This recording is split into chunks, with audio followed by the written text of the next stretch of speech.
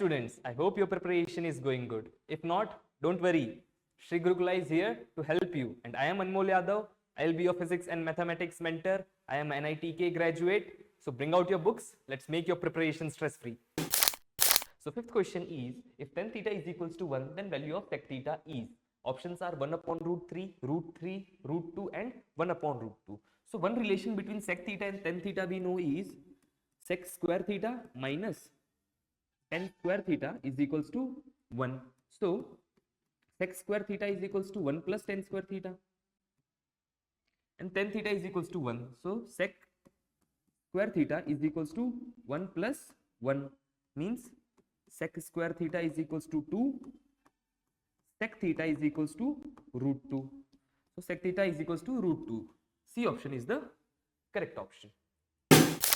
I will be back soon. Till then, keep practicing. This is Anmol Yadav from Sri Gurukula signing off.